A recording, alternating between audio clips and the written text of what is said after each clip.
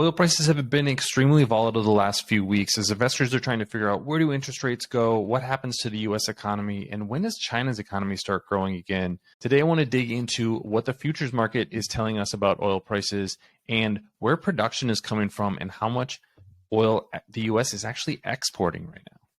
Before we get there, I do want to thank this video sponsor, The Motley Fool. They make these videos possible. If you're looking for great investment ideas, check out fool.com/rive, fool.com/RIIV for their top 10 stocks to buy right now. And thank you for sponsoring the show. And please subscribe to Rive Investing for more great investing insights in the future. Now back to oil prices. The first thing I want to share here is the futures prices. Now, the oil market is in what's called backwardation. That means that the future price of oil is lower than the price of oil today. This is not normally the way that the oil market works. Usually the oil market is in what's called contango. That means that oil prices in the future are higher. If you think about this as an oil company, what low futures prices means is there's a disincentive to produce more oil, because if you start a well today, it's not going to produce oil for 6 months, maybe a year. You're not going to be selling it at the spot price today. You're going to be selling it at that futures price that you can lock in. So let's look at what those prices are.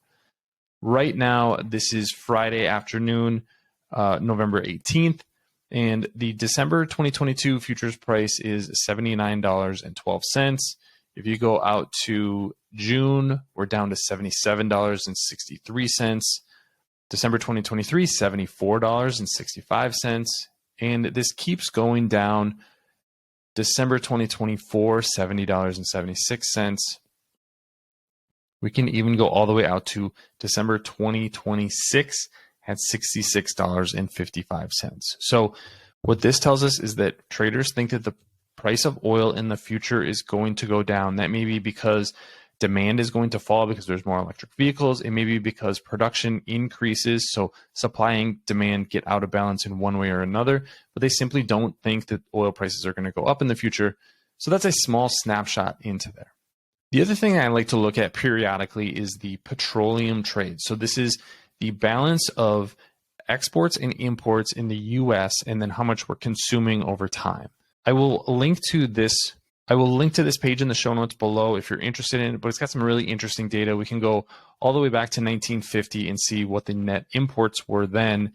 You can see here that demand for oil, this is products supplied, actually peaked in 2005 and then began to decline a little bit. This is when people were buying fewer SUVs, buying more fuel efficient vehicles. The economy is also very weak coming out of the Great Recession, but that has really turned around over the last 5 years or so. We are now consuming as much oil as we ever have in the US, or right near those peak numbers. But what I do think is interesting here is this column, net imports. In 2005, the US was a net importer of 12.5 million barrels per day of oil. That became negative, meaning the US is a net exporter of oil in 2020, 635,000 barrels per day.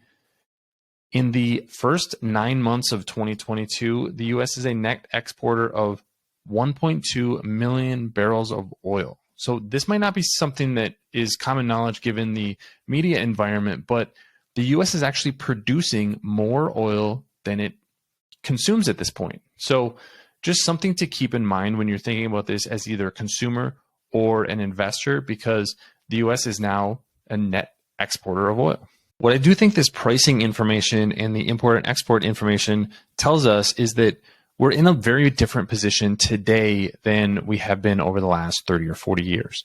And oil companies are in a very different position as well. They see coming down the line that oil demand may not be increasing in perpetuity. They see electric vehicle sales increasing. They see pressure on fuel efficiency and renewable energy. And so given that, and the fact that futures prices are lower than they are today in the spot market, there is actually a disincentive for producing more oil. There's actually a great incentive, especially as interest rate rises, to simply generate a ton of cash, buy back debt, and return that money to shareholders. So given that backdrop, what investments should we be looking at right now? I think there are just some simple options for investors. Don't make this too complicated.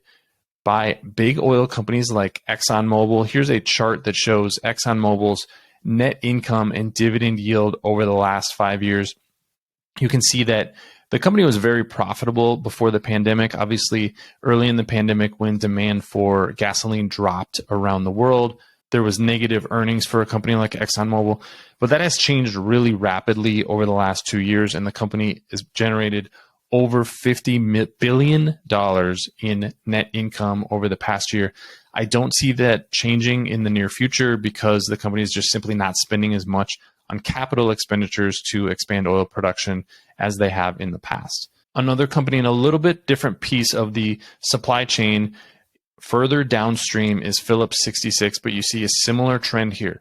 Strong dividend yield at 3.5%, but that profit is just skyrocketed over the last few years, now at over $10 billion a year. Again, this mine might not keep going up in a straight line the way that it has over the last 2 years, but this is definitely a company that's going to be solidly profitable. And moving on to my final stock, Kinder Morgan. This is going to be a little bit more of a steady play because it is a pipeline company, so they're going to take that toll as we're moving oil and natural gas all around the country and all around the world.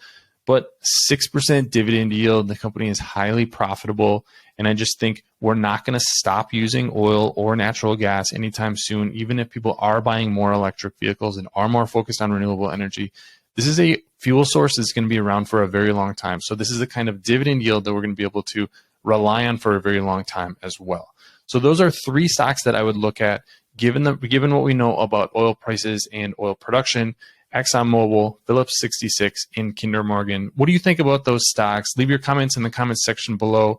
Follow Arrive Investing, and I will see you here next time.